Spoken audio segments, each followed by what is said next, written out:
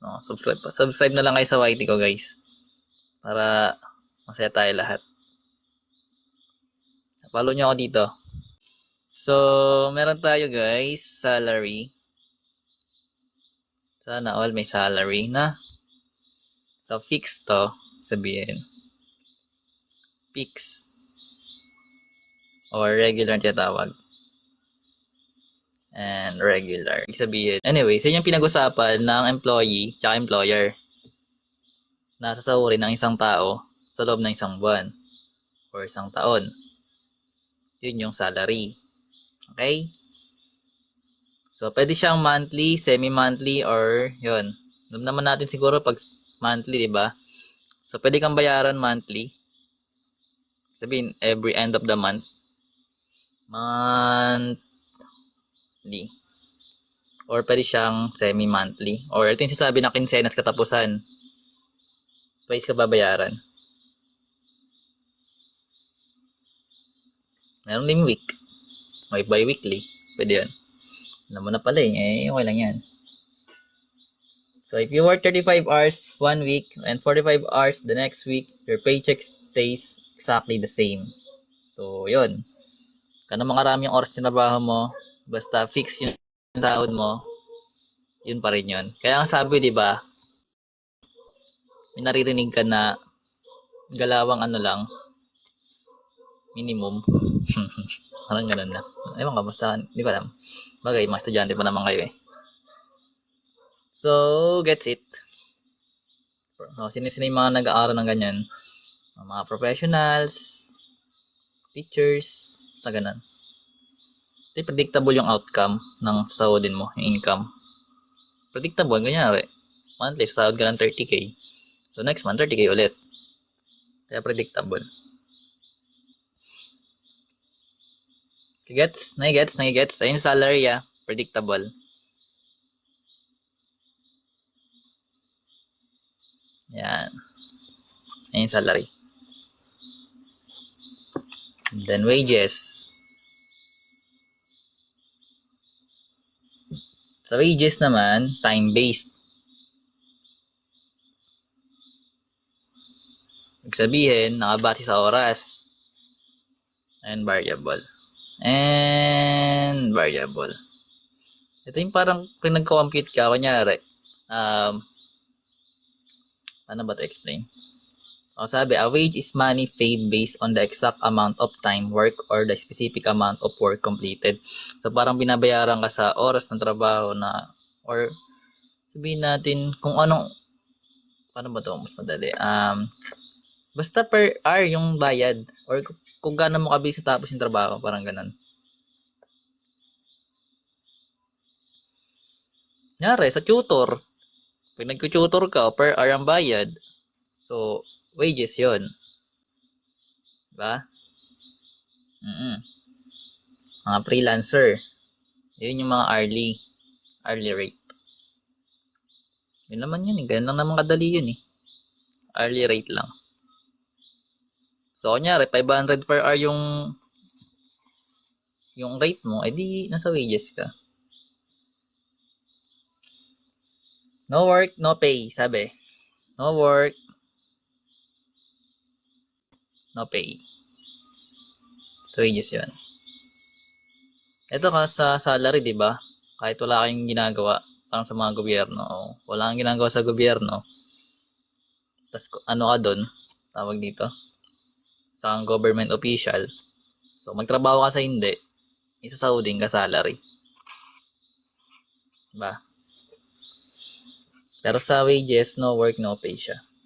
Ito yung mga sa labor, sa mga construction, parang ganun. Pero kung meron kang extra pay, meron siyang overtime. So, yung overtime dito is extra pay. So, kunyari, trabaho ka, nag-OT ka, hindi may dagdagan na babayad. So, mostly, ito yung mga sa construction, freelance, yan. Ayun sa wages. Gets? So, ito guys, para siyang hindi stable yung sahod, no? Kasi nga, no work, no pay. Then, yung commission,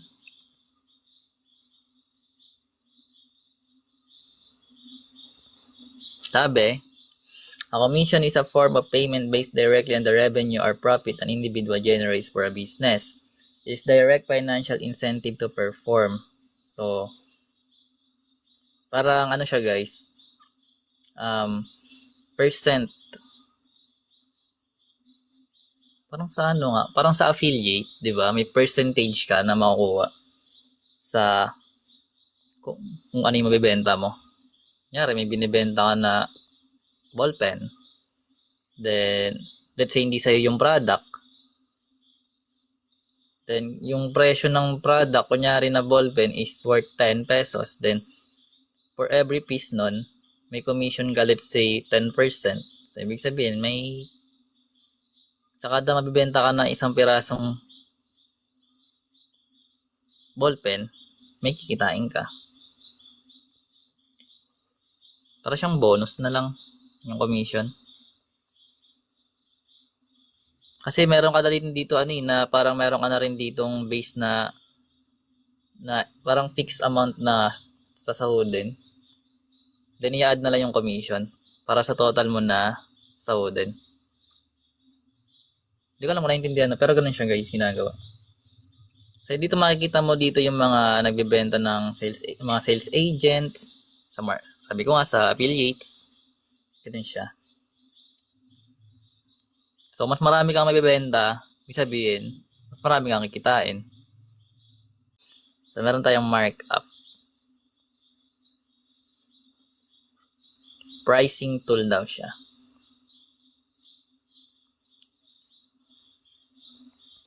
So markup is the amount a business adds to the cost of a product to determine its final selling price. It ensures that you cover your expenses and leave room for earnings. So how it works, usually expressed as percentage of the cost price. So may formula siya guys para ma-dictate mo yung kung paano mo i-bibenta yung isang product. So yung selling price equal siya sa cost price plus yung cost price times yung markup.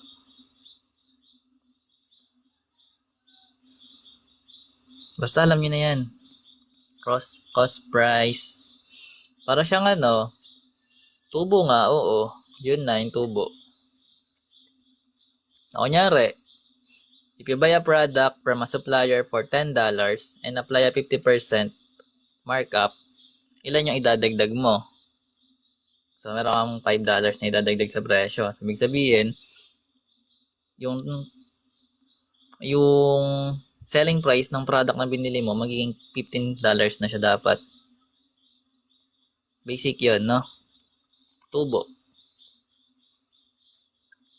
BAT.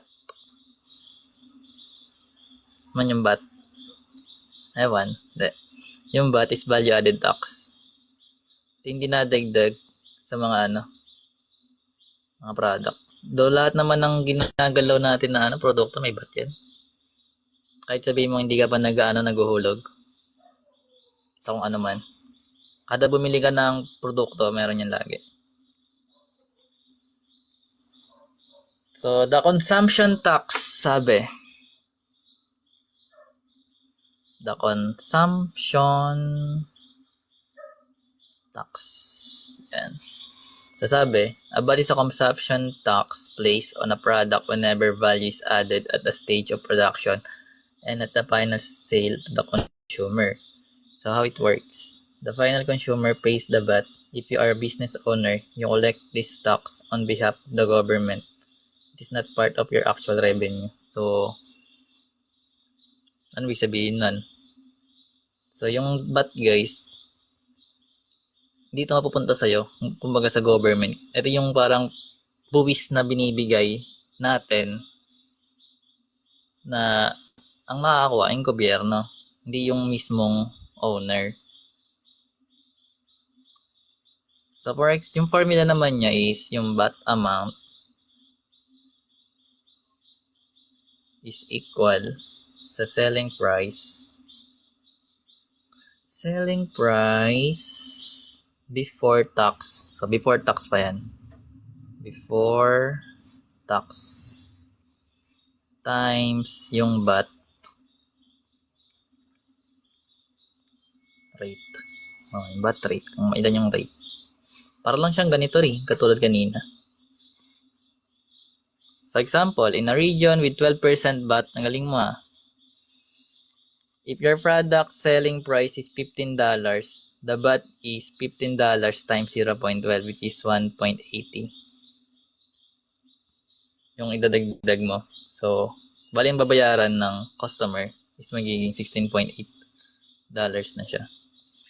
So, yung VAT na yon hindi yun sa'yo mapupunta. Balis doon sa gobyerno. Ganun siya. Then, meron naman tayo mag-compute ng percent. Kino-convert mo siya sa decimal bago ako mag-multiply. Gets? Basta, pwede na yun. Hindi, may space pa. Tapusin lang natin to. Content na to eh. Pwede ko na to i-edit eh. Oo. So, profit. Yung profit, tubo. The win. Panalo ka dito guys. So, you make profit when your total revenue, the money coming in, is greater than your total cost, the money going out. Gets naman yun, di ba? So, yun. Formula for this is yung profit is equal sa total revenue minus total expense. So, mas malaki yung revenue mo kaysa sa expenses mo, di may profit ka. Kung ano naman, baliktad, talo loss. Di ba? Ibig sabihin, yung loss, that is total expense minus total revenue. Parang common sense na lang siya actually, di ba? We thank you collection of beads. So di ba parang common sense na lang? Profit, panalo, loss, talo. Oh. Gets yun. Ibig sabihin, pag mas malaki yung profit mo, may kinita ka, ibig sabihin, di ba? Common sense, no? Di ba? Di ba? Naintindihan, guys? So, naintindihan ba tong mga to? Ano bang topic to? Ano ba tong topic? Thank you po, collection of beads. Shot. Thank you po, Sir Rose. So, ayun siya, guys. Salary, fix, wage, time base. Then, yung commission, ay percentage na makukuha. Then, yung markup. Gets na natin yan. Tubo. Then, yung VAT sa government. Then, yung profit. Yung kita mo. Panalo ka doon. Yung loss naman, ito yung risk. Ito mahirap. Kaya dapat pa nagbi-business or papasok ka sa isang trabaho, dapat, alam mo yung ginagawa mo. Yeah, pero lahat naman yun, ito yung mga binubulsa, guys. Binubulsa. Nasa maleta. Ano nang gagawin natin? Okay na yun? Okay na yun. Ay, thank you, tawag dito, collection of beads sa gifts.